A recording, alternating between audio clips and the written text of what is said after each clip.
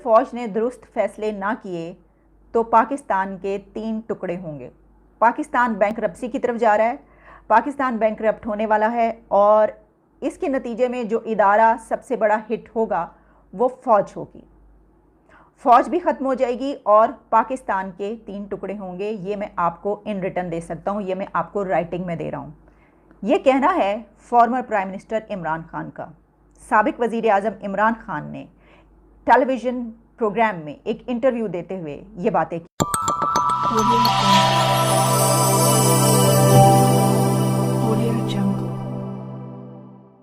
हाय दोस्तों, मैं आपका धीरेन्द्र, आप देख रहे हैं 10 शॉट भारत। दोस्तों, जैसा कि आप लोगों को बता दें, Pakistani former prime minister Imran Khan का कहना है कि अगर हुकूमत ठीक से फैसला नहीं लेगी तो पाकिस्तान के 3 टुकड़े हो जाएंगे। यही इस वीडियो में दिखाया गया है और बात हो रही है। तो चलिए दोस्तों, देखते हैं इस वीडियो को।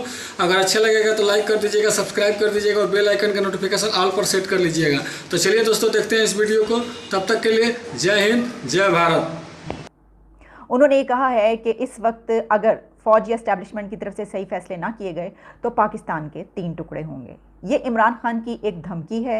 ये इमरान खान इस वजह से कह रहे हैं क्योंकि वो इक़्तिदार से बाहर हो चुके हैं, क्योंकि अब वो प्राइम मिनिस्टर नहीं है। इस वजह से वो ये धमकियां दे रहे हैं कि वो अगर उनको वापस ना लाया गया, अगर उनको इक़्तिदार ना दिया गया तो वो पाकिस्तान के टुकड़े कर देंगे। क्या ये एक धमकी है? क्योंकि इस वक्त इमरान खान पर यह तनकीद की जा रही है, उनको ये क्रिटिसाइज़ किया जा रहा है कि उन्होंने ये जो बातें की हैं ये इंतहाई तशवीशनाक हैं। ये तमाम बातें अभी उनको इक़्तिदार से उतरे चंद दिन हुए, और क्या इन चंद महीनों से पहले जब वो इक़्तिदार में थे, जब वो प्राइम मिनिस्टर थे, तो ये सब बातें नहीं थी? क्या उस वक्त ऐसा कोई ख़तरा नहीं था पाकिस्तान के टूटने का? क्या जब वो प्राइम मिनिस्टर थे तो पाकिस्तान के 3 टुकड़े होने का कोई ख़तरा नहीं था? पाकिस्तान के डिफ़ॉल्ट होने का कोई ख़तरा नहीं था? पाकिस्तान की फ़ौज को कोई ख़तरा नहीं था? पाकिस्तान की इस्टेब्लिशमेंट को भी कोई दुरुस्त फैसले करने की ज़रूरत नहीं थी? उनके इक़्तिदार से बाहर जाते ही ये तमाम ख़तरात आए हैं। और अगर ये ख़तरात इससे पहले भी थे तो उन्होंने एज ए प्राइम मिनिस्टर ये तमाम बातें कभी क्यों नहीं की? वो प्राइम मिनिस्टरशिप से, अपनी प्रीमियरशिप से अलहदा होने के बाद ये सब बातें क्यों कर रहे हैं? मैं आपको उनकी ये बातें बताई देती हूँ, उन्होंने क्या क्या गुफ्तगू की है। इसमें बहुत ही अलार्मिंग गुफ्तगू है और इसके कई एंगल से गुफ्तगू की जा सकती है। एक इस पर्सपेक्टिव में हम गुफ्तगू करेंगे कि क्या पाकिस्तान को ऐसे ख़तरात लाक हैं, और क्या इमरान खान जो ये बात कर रहे हैं वो इस बिना पर कर रहे हैं कि उनको ख़ुद को ख़तरा है और वो इक़्तिदार में आना चाहते हैं, या वो ये बताने की कोशिश करें कि दुनिया की इस्टेब्लिशमेंट से, कुछ और कंट्रीज़ जो हैं उनकी तरफ से पाकिस्तान को ये ख़तरा है। उनका इस वक्त ये कहना, अगर वो इक़्तिदार में होते हुए कहते तो ये बात की जा सकती थी कि उन्हें पाकिस्तान की फ़िक्र है, वो इसलिए करें, लेकिन उनका इस वक्त ये बात करना इस तरफ इशारा है कि वो इस वक्त धमकी दे रहे हैं। अब आप जानते हैं कि इस वक्त बहुत सारी लड़ाइयाँ चल रही हैं, एक जंग जारी है बिल्कुल, जिसमें हुकूमत भी शामिल है, जिसमें इस्टेब्लिशमेंट भी है, जिसमें फ़ौज को भी मुलव्वस किया जाता है, जिसमें इमरान खान है, जिसमें उसके मुखालफिन हैं। इस सब में जो बात इस वक्त इस इंटरव्यू को लेकर कही जा रही है वो यही है कि इमरान खान ने ही एक धमकी दी है कि उनको वापस लाया जाए। वो जो दुरुस्त फैसलों की बात कर रहे हैं, वो दुरुस्त फैसले ये हैं कि आप न्यूट्रल नहीं रह सकते। न्यूट्रल तो जानवर होता है, क्योंकि इससे पहले आप जानते हैं उन्होंने बम गिराने की भी बात की पाकिस्तान पर। इससे तो अच्छा बम गिरा दिया जाए। उनके अपने पार्लियामेंटेरियंस ने फट जाने की जब पार्लियामेंट के अंदर जाके बात की, उनकी तरफ से और उनके लोगों की तरफ से इस तरह की स्टेटमेंट्स आती रही जो इंतहाई गैर जिम्मेदाराना है। इमरान खान का हो सकता है कि ये आखिरी इंटरव्यू हो सकता है कि इसके बाद वो इंटरव्यू ना दे। ये मेरा अपना तज्जिया है कि इमरान खान का ये आखिरी इंटरव्यू होगा, लेकिन ये मेरा तज्जिया गलत इस बिना पर हो सकता है क्योंकि इससे पहले अगर किसी पॉलिटिशियन ने ऐसी कोई बात की होती तो वो या तो जेल के अंदर होता, या फिर वो दुनिया में नहीं होता, और या फिर वो मुल्क से बाहर होता। एक शख्सियत जिसके बारे में कही जाती है कि उन्होंने इस तरह की स्टेटमेंट्स और धमकियाँ दी, वो अल्ताफ़ हुसैन का नाम लिया जाता है। वो कहाँ है इस वक्त? वो मुल्क के अंदर नहीं है। वो काफ़ी अरसे से टेलीविज़न पर भी बैन थे, उनका नाम तक नहीं लिया जाता था। उनके बारे में ये हिदायत थी टीवी को कि आपने जब अल्ताफ़ हुसैन की बात करनी है तो बानिए MQM कहना है। हम खुद ये नाम लेकर कहते रहे, हमें अल्ताफ़ हुसैन कहने की इजाज़त नहीं थी, बानिए MQM कहा जाता था। अब थोड़ा बहुत वो है कि हम ले लेते हैं नाम ये सब लोग।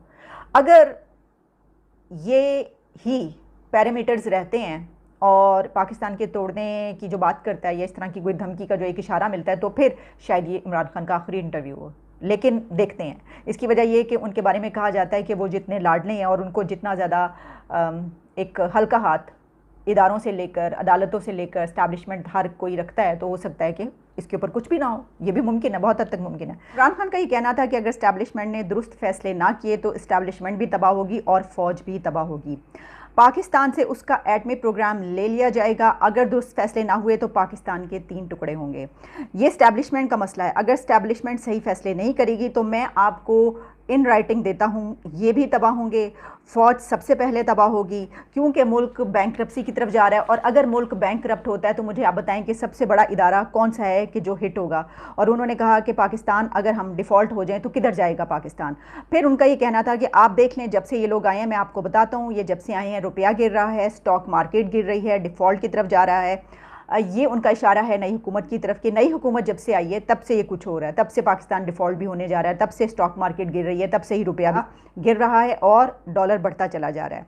सबसे बड़ा इदारा कौन सा है जो हिट होगा? वो फ़ौज है। जब फ़ौज होगी तो उसके बाद हमारे से कन्फेशन ली जाएगी, और वो क्या कन्फेशन होगी? जो यूक्रेन से उन्होंने मांग ली है। और उनका मतलब ये है कहने का कि डी-न्यूक्लियराइज पाकिस्तान को करने की कोशिश की जाएगी। सबसे बड़ा मसला उनको ये है कि हमारे पास एक वाहिद मुसलमान मुल्क है जिसके पास न्यूक्लियर पावर है। जब वो चला गया तो फिर क्या होगा? मैं आपको आज कहता हूँ, पाकिस्तान के 3 हिस्से होंगे। फिर उन्होंने इंडिया की बात की, उन्होंने कहा कि ये थिंक टैंक्स उठा के देख लें। थिंक टैंक्स क्या बात करें आप, इंडिया के थिंक टैंक्स की देख लें, वहाँ पर बलूचिस्तान को अलहदा करने की प्लान बनाए जा रहे हैं। ये प्लान बने हुए हैं। तो इस वक्त अगर दुरुस्त फैसले नहीं किए जाएंगे तो ये सब कुछ होगा। इसके अलावा उन्होंने कुछ और बातें भी की जिसमें उनका कहना था कि सब ट्रायल्स पर हैं, हमारी कौम तमाशा देख रही है, फ़ौज भी ट्रायल पर है, मीडिया भी ट्रायल पर है, मीडिया को देख रही है ये कौम। आप उठा कर देख लें कि किन लोगों की कवरेज ऊपर जा रही है, रेटिंग आ रही है। उनका कहने का मकसद ये था कि उठा के देख लीजिए कि जो लोग मुझे सपोर्ट करते हैं, पीटीआई को सपोर्ट करते हैं, वो चाहे व्लॉगर्स हों, यूट्यूब चैनल्स हों या मीडिया हो, जो चैनल मुझे सपोर्ट कर रहा है उसकी रेटिंग्स देखें कहाँ पर जा रही है, बहुत हाई जा रही है। उनका इशारा कुछ लोगों की तरफ था और इसमें वो ये बताना चाह रहे हैं कि इससे ये पता चलता है, यानी अगर उनकी कुछ चैनल्स की रेटिंग्स, कुछ यूट्यूब चैनल्स की या कुछ मीडिया चैनल्स की रेटिंग्स बहुत हाई जा रही है क्योंकि वो इमरान की सपोर्ट में है, तो इससे ये पता चलता है कि इमरान हक पर हैं। इसके अलावा उनसे ये भी जब पूछा गया तो उन्होंने ये बात भी करने की कोशिश की लेकिन फिर बीच में छोड़ दी, जिसमें वो बता रहे थे कि 9 अप्रैल की रात को क्या हुआ। और उन्होंने कहा कि वो रात एक ऐसी रात गिनी जाएगी जिसने पाकिस्तान को बड़ा नुकसान पहुंचाया है। वो सारी शाम, फिर उन्होंने कहा कि मैं छोड़ें, फिर कभी बताऊंगा कि जिसमें बड़ा नुकसान हुआ और वहाँ पर उस रात में क्या क्या कुछ हुआ। ये बात उन्होंने नहीं बताई, फिर कभी बताएंगे। हो सकता है कि वो कभी कुछ किताब लिखें या जो भी करें, हो सकता है कभी मुल्क से बाहर जाके वो कोई किताब लिखना शुरू कर दें, या किसी भी टाइम हो सकता है कि मुल्क के अंदर रह के भी वो किताब लिख सकते हैं। लेकिन ये तमाम बातें वो बातें हैं कि जो पाकिस्तान के लिए, इस मुल्क के लिए बहुत अलार्मिंग तो हैं ही, लेकिन इसके बाद इमरान खान के ऊपर ये इल्ज़ामात लग रहे हैं, उनके बारे में ये कहा जा रहा है कि क्योंकि वो इक़्तिदार से अलहदा हो चुके हैं और उन्होंने अपने तमाम कार्ड्स खेल लिए।